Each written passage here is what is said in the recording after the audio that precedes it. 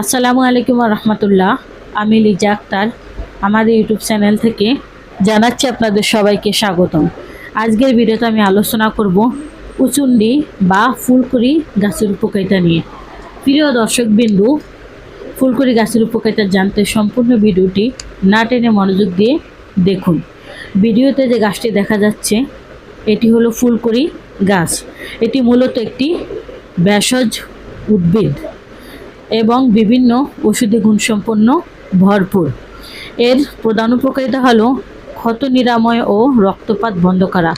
এই গাছের পাতা পিষে বা রস ক্ষতস্থানে লাগালে রক্তপাত দ্রুত বন্ধ হতে সাহায্য করে এবং ক্ষতস্থান তাড়াতাড়ি শুকায়।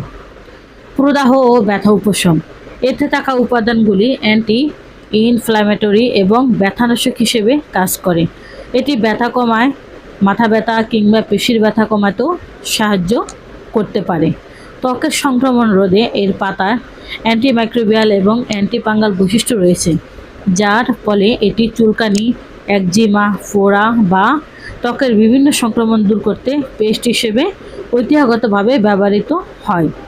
অন্যান্য সম্ভাব্য ব্যবহার: হজম ও পেটের সমস্যায় কিছু লোকজ সংস্কৃতিতে এর পাতার নির্যাস আমাশয়, ডায়রিয়া এবং পেটের মোচড় বা ব্যথা নিরাময়ে ব্যবহার করা হয়ে থাকে। সতর্কতা: এই গ্রোথের উদ্ভিদগুলো ফাইরোলেজিডিন অ্যালকালয়েড নামক উপাদান থাকে, যা লিভার বা যকৃতের জন্য ক্ষতিকর হতে পারে। তাই চিকিৎসকের পরামর্শ ছাড়া এটি সরাসরি মুখে খাওয়া বা অভ্যন্তরীণ গ্রহণ থেকে বিরত থাকা উচিত। যে কোনো ধরনের ভেষজ ব্যবহারের আগে অবশ্যই একজন আয়ুর্বেদ চিকিৎসকের পরামর্শ নেওয়া জরুরি। আমরা আয়ুর্বেদ চিকিৎসা দিয়ে থাকি। আয়ুর্বেদ ওষুধ আল্লাহর দেওয়া গাছগাছলা দ্বারা তৈরি করা হয়। এর কোনো পার্শ্ব প্রতিক্রিয়া নেই। আয়ুর্বেদ ওষুধ মানব দেহের জন্য অনেক গুরুত্বপূর্ণ ভূমিকা রাখে।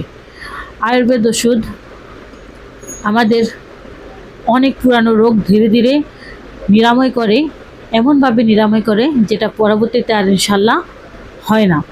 তাই আসুন আমরা আয়ুর্বেদ চিকিৎসা নেই, নিজে সুস্থ থাকি, পরিবারের সবাইকে সুস্থ রাখি। থ্যালাসেমিয়া বা রক্তশূন্যতা সহ যে কোনো রোগের সমস্যার সমাধানের জন্য এখনই স্ক্রিনে দেওয়া ফোন নাম্বারে যোগাযোগ করুন অথবা আমাদের চেম্বারে চলে আসুন। আমাদের চেম্বারের ঠিকানা হলো কাউন্দিয়া বাজার, দিয়াবাড়ি ঘাট, ঢাকা মিরপুর 1। প্রিয় দর্শকবিন্দু, এত সময় আমাদের সাথে থাকার জন্য আপনাদের সবাইকে অনেক অনেক ধন্যবাদ। আজ এ পর্যন্তই। সবাই ভালো থাকেন, সুস্থ থাকেন। দেখা হবে পরবর্তীতে নতুন কোনো ভিডিও নিয়ে। আসসালামু আলাইকুম রহমতুল্লাহ। আল্লাহ হাফেজ।